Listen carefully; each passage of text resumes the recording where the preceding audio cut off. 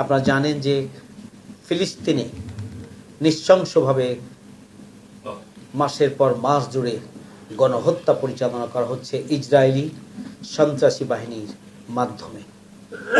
আমরা বিস্ময়ের সাথে লক্ষ্য করছি যে মুসলিম প্রধান রাষ্ট্রগুলো আজকে নির্বিকার।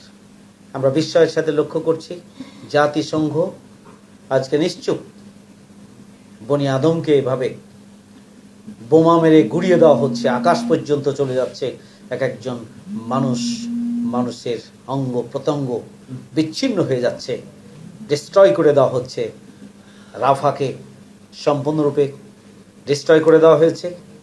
এইদিকে আমরা দেখছি গাজার উপরে এখন যে বিভীষিকাময় গণহত্যা পরিচালনা করা হচ্ছে, এটি বিশ্ব বিবেক এটি মেনে নিতে পারে না, মেনে নেওয়া উচিত নয়। ওআইসির কোনো তৎপরতা আমরা লক্ষ্য করছি না, খুবই দুর্ভাগ্যজনক। আমরা তীব্র নিন্দা এবং প্রতিবাদ জানাই।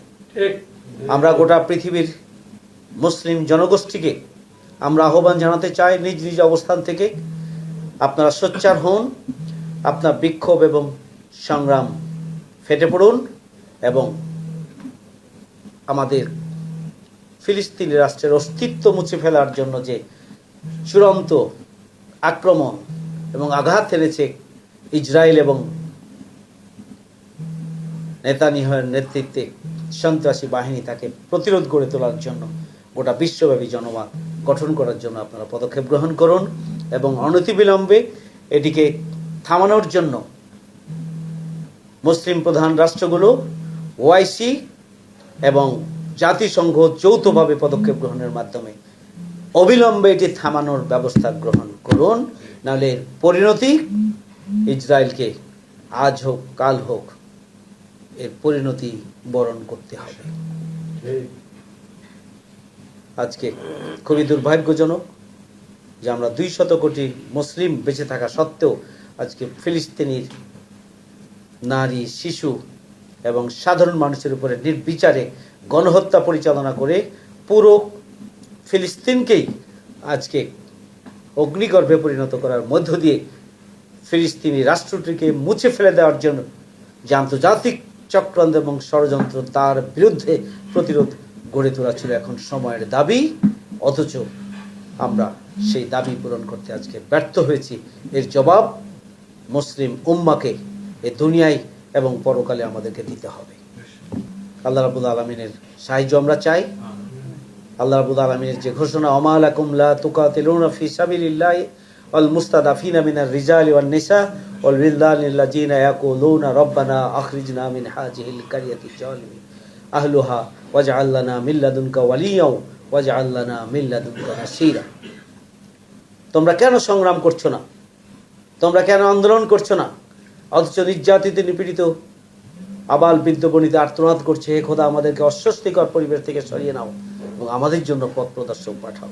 আজকে ফিলিস্তিনি ভাই এবং বোনদের এই যে আহাজারি, এই আহাজারিতে আজকে আকাশ বাতাস ভারী হয়ে উঠেছে। আমরা আল্লাহর সাহায্য চাই।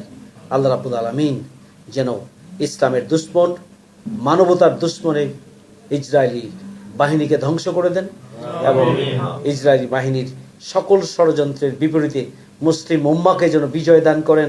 ফিলিস্তিনিদের ধ্বংস করার যে চক্রান্ত, সেই চক্রান্তকে আল্লাহ রাব্বুল আলামিন তুমি ব্যর্থ করে দাও।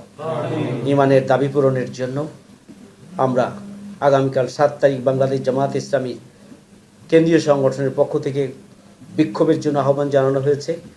সকল মানবতাপ্রেমী মুসলিম জনগোষ্ঠী আগামীকাল 7 তারিখ সারা বাংলাদেশে বিক্ষোভ পালন করবে ইনশাআল্লাহ। ঢাকা মহানগরী দক্ষিণের পক্ষ থেকে আমরা বাইতুল মোকাররম থেকে আমরা বিক্ষোভের কর্মসূচি আমরা পালন করব। ঢাকাবাসীকে দলমতের ঊর্ধ্বে ঈমানি দাবি পূরণের জন্য আমরা আসরের নামাজ বাইতুল মোকাররমে পড়ে আমরা বাদ আসর মিছিল এবং বিক্ষোভে অংশগ্রহণ করার মধ্য দিয়ে ঈমানি দাবি পূরণের জন্য আমি সকলকে ঐক্যবদ্ধভাবে এগিয়ে আসার আহ্বান জানাচ্ছি।